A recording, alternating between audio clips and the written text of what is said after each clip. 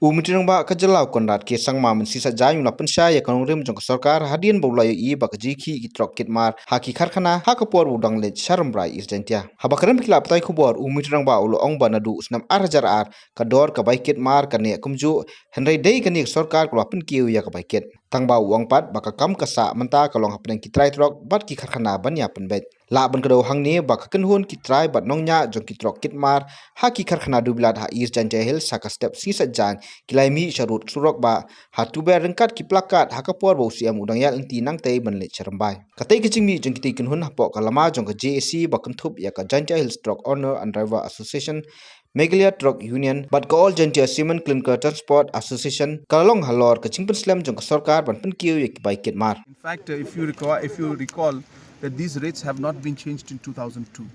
And from 2002, these rates have continued. That is the reason why the MDA government very strongly felt that these rates have to be reviewed. And it is this government that took this stand. And in the last 3 months, 6 months, we have finally taken the decision to revise the rates. And now, after revision of the rates, there is a difference between the industries and the transporters. So it has not much to do with the government's decision. Government has done its part.